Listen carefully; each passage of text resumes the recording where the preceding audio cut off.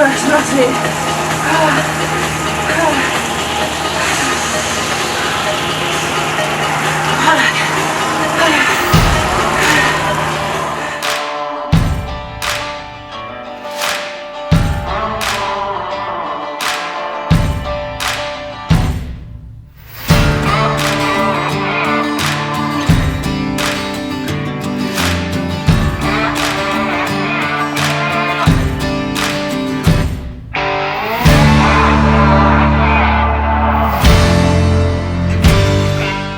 Very much like I'd like to be sat back by the pool sunbathing.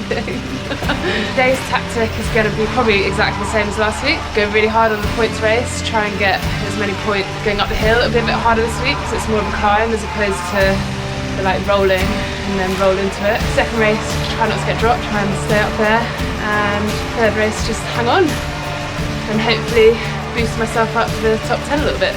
Been a bit sluggish this week. I've actually done a few sessions again, and I did a gym session on Monday, which I've not done a gym session for a little while, so hurt the legs a little bit I think. And it's hotter this week, like it's quite hot today, it's not as much of a breeze. So yeah, feel a bit sluggish, but hopefully I'll be alright when I get going. Started the day with a bowl of porridge, obviously. We then found a nice lake to swim in, just over 3k swimming. All quite chilled this morning actually, I did quite hard set yesterday, so letting the arms recover a little bit. And then yeah, came back, bought some treats from the supermarket, sunbathed by the pool for a little bit, had some lunch, lay down, read my book, and now here I am, getting ready for this.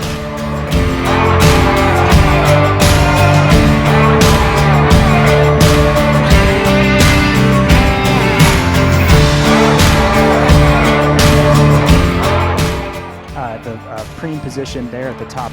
Two women and Ruth Astle, no surprise that she is the aggressive one on the first lap, getting after it, and it looks like she was able to get that first sprint. Ruth has been one that's been very, very aggressive, and I think she's going to continue to do so, especially in this first race. It paid off for her this last week as far as the points she got. Backfired a little bit in the second race because she got dislodged and ended up not getting that many points. Now our second course this week is a seaside sprint. There's not much chance for her to really be vulnerable at all. I think that's going to be a bunch sprint to finish. So I think Ruth is going to continue to be as aggressive as possible at the front of this race as she tries to move up in the standings. So Ruth came in to week one along with some of the other athletes, having just done Ironman Florida.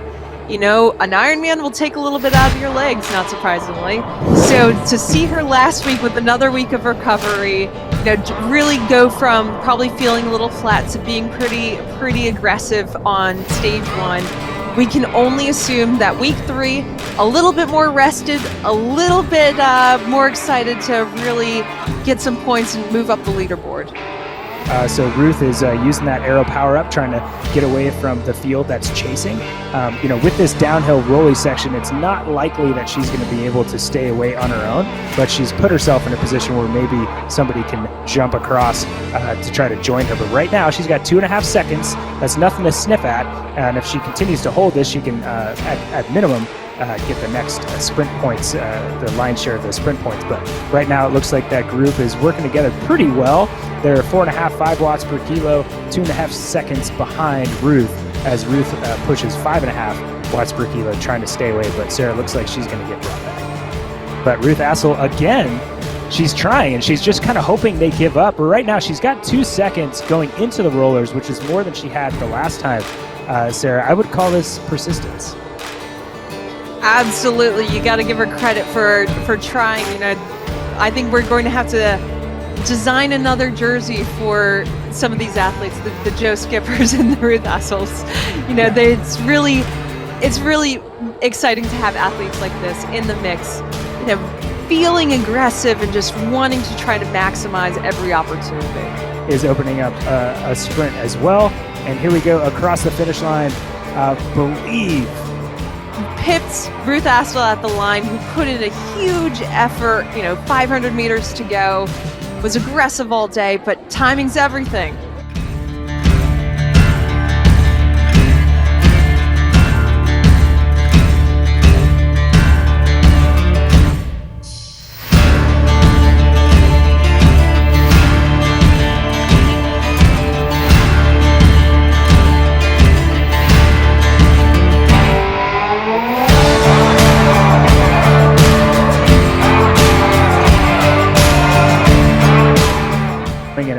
clockwise direction, and as you see, there's a couple little undulations there, Sarah, but I don't expect there to be much.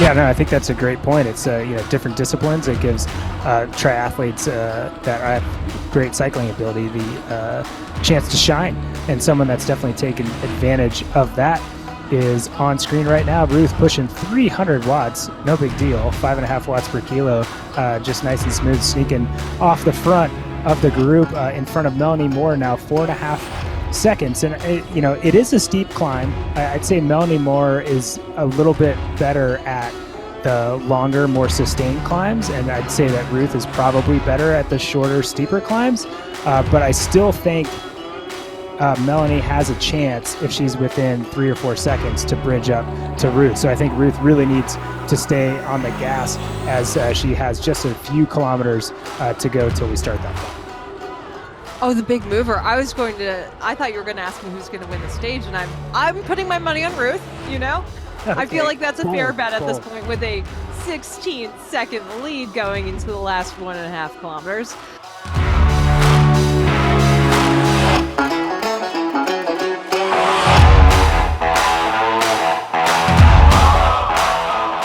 But right now we see a great shot of Ruth in the last 650 meters in the Rising Empire course. She's almost there. She's going to get another stage win, 15 seconds right now over Melanie Moore.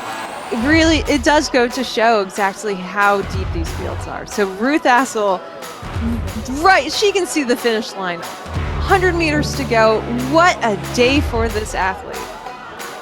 Yeah, great result from her. Here we go. She's coming across the finish line. Big, but yeah, congratulations where they're due.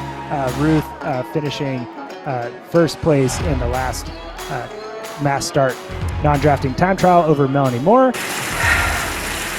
How was that? Fucking horrendous. Oh, yeah, that really hurt. I kind of knew I'd have to go really hard and try and hold it on.